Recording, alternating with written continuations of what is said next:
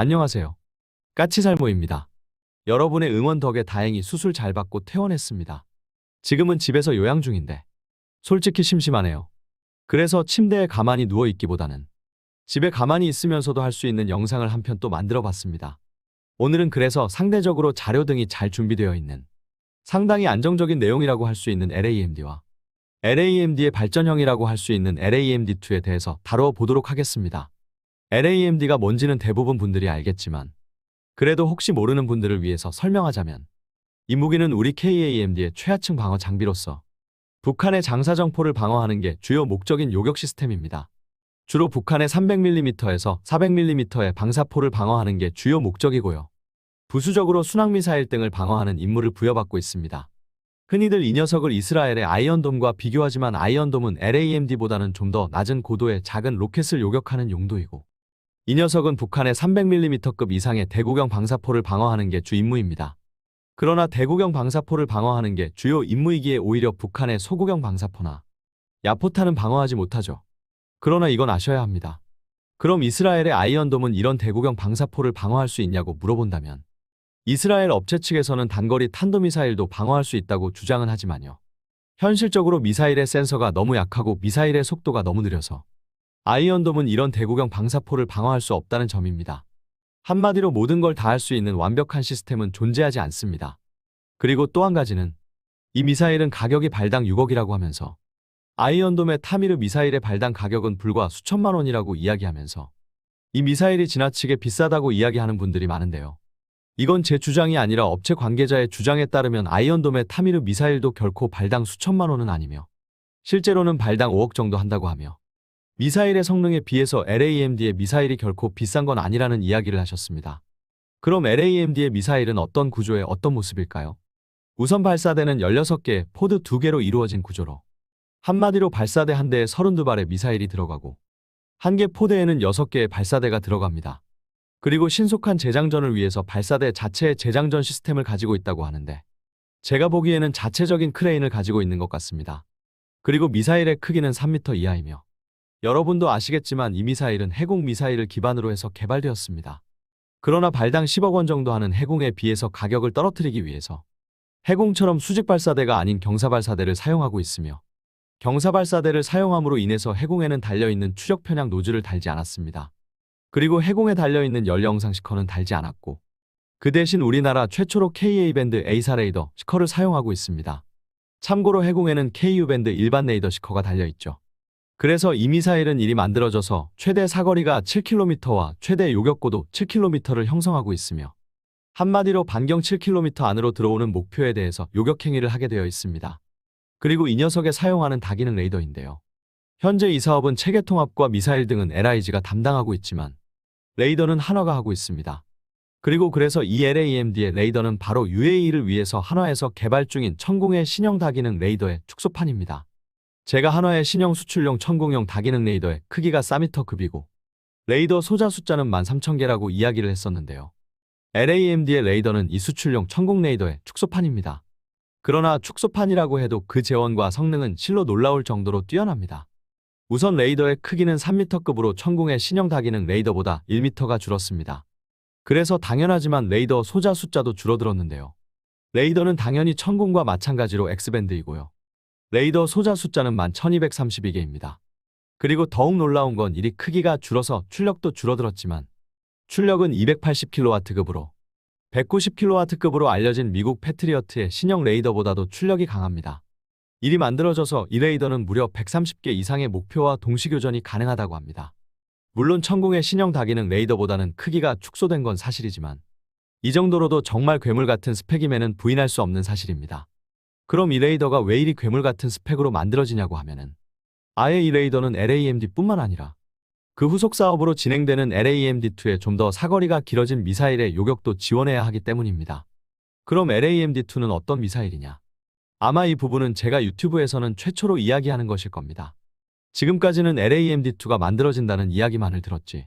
이 미사일이 LAMD와 어떤 차이가 있고 어느 정도의 성능인지 구체적으로 말한 사람은 아무도 없는데요. 오늘 제가 그 이야기를 해드리도록 하죠. 우선 이 미사일이 만들어지는 이유는 북한이 400mm보다 더 대구경의 방사포를 선보였기 때문입니다. 그래서 이 미사일은 북한의 600mm급 방사포도 막을 수 있게 개발되는 겁니다. 솔직히 600mm면 우리의 전술탄도미사일과 같은 크기로. 결론은 북한의 전술탄도미사일도 막을 수 있다는 이야기입니다. 그래서 요격 고도는 더욱더 상승해서 최대 요격 고도는 무려 15km고요.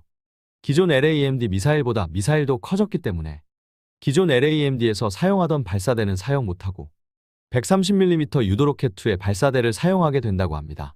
당연하지만 이 미사일은 LAMD와 별도의 포대를 만드는 게 아니고 기존 LAMD 포대에 LAMD2 미사일 발사대만이 추가되는 형태입니다. 과거 LAMD가 한 개 포대에 9개의 발사대를 가지기로 한 것에서 6개로 발사대의 수량이 줄어든 이유가 LAMD2 포대를 추가 배치하기 위한 조치이죠. 그럼 이 미사일은 기존 LAMD 미사일과 크기가 커진 것 말고 무슨 차이가 있을까요? 가장 결정적인 차이는 바로 측추력 장치가 들어갑니다. 내 사거리가 길어지고 요격해야 하는 대상도 탄도미사일급이기에 미사일의 가격을 낮추기 위해서 아예 추력 편향 노즐까지도 빼버렸던 LAMD에 비해서 이 LAMD2에는 측추력 장치가 들어갑니다. 그러나 물론 이 미사일도 가격을 따져야 하는 물건이니만치 기존의 우리의 탄도미사일 요격미사일에 들어가는 측추력 장치와는 다른 형태의 측추력 장치가 들어갑니다. 기존에 우리가 개발한 측추력 장치는 노즐목을 제어해서 측추력 장치의 추력을 제어할 수 있는 방식으로 그로 인해서 정밀한 제어가 가능한 모델이었습니다. 그러나 이 모델은 가격을 낮추기 위해서 추력이 제어가 안 되는 노즐을 사용한다고 합니다. 마치 미국의 패트리어트 미사일의 측추력 장치처럼요. 그리고 가격을 낮추기 위해서 노즐의 숫자도 대폭 줄였습니다. 원래 패트리어트 같은 경우를 보면 노즐의 추력을 제어할 수 없기에 정확한 숫자는 기억나지 않지만 수십 개의 측추력 장치를 달고 이걸 활용해서 미사일을 제어하는 방식을 사용합니다. 그에 반해서 우리나라의 미사일들은 측추력 장치에 노즐의 추력을 제어할 수 있으므로 사용하는 노즐의 숫자가 훨씬 작죠. 그래서 노즐의 추력을 제어할 수 없다면 패트리어트처럼 많은 수량의 노즐을 가지고 있어야 하지만 이 LAMD2는 불과 24개의 노즐만을 가지고 있다고 합니다. 최대한 가격을 낮추기 위한 조치인데요. 재미있는 점은 미사일의 가격을 낮추기 위해서 바로 3D 프린터를 사용하려 한다는 점입니다. 당연하지만 노즐의 추력 제어가 안 된다는 건 노즐의 구조가 단순하다는 뜻이고 그래서 개발할 때 시험용으로 만들어보는 노즐의 일부를 3D 프린터로 만들어 볼 생각이라고 합니다. 그래서 양산형에서는 노즐을 3D 프린터로 대량 생산할 계획이라고 합니다. 그러나 그렇다고 해도 고가의 추력 편향 노즐을 사용하는 만큼 가격 상승은 불가피할 것입니다. 이미 LAMD에서 발당 6억이라는 것으로 비판을 받고 있는데 이 LAMD2는 발당 가격이 얼마일지 저도 심히 걱정이 되고요. 그리고 보시면 알겠지만 이 LAMD2는 지금 배치되어 있는 천공2와 요격 공역이나 임무가 상당히 겹칩니다. 천공2도 최대 요격 고도가 15km에 주로 스커드급 단거리 탄도미사일을 막는 용도인데 이 LAMD2도 최대 요격 고도 15km에 심지어 사용하는 다기능 레이더는 지금 천공2 포대의 다기능 레이더보다도 성능이 더 좋습니다. 한마디로 기능이 너무 겹친다는 것입니다. 그래서 솔직히 앞으로 천공3가 배치되고 LAMD2가 배치되면 천공2의 설 자리는 정말 좁아지지 않을까 합니다.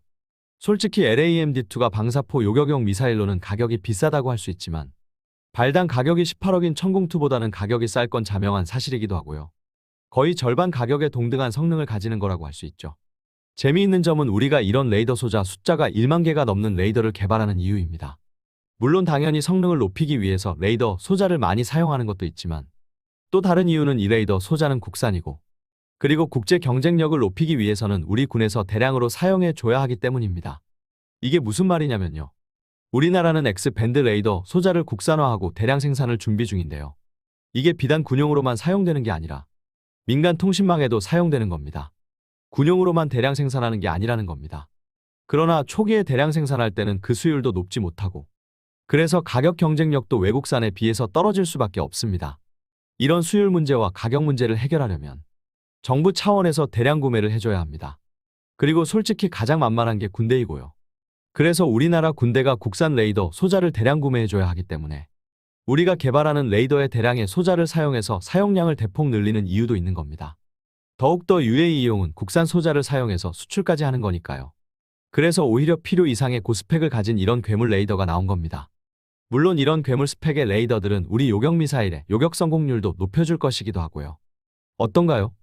LAMD의 다기능 레이더의 괴물 같은 성능과 그리고 천공2와 임무가 너무 겹치는 LAMD2의 재원이 마음에 드시는지요? 물론 지금 나와 있는 하드웨어적 재원만으로도 그 성능이 괴물 같을 정도로 뛰어나다는 건 부인할 수 없는 사실이지만 역시 가격이 가장 걱정인 것도 사실이긴 합니다. 여러분은 어떻게 보시나요? 이상 영상 봐주셔서 감사합니다.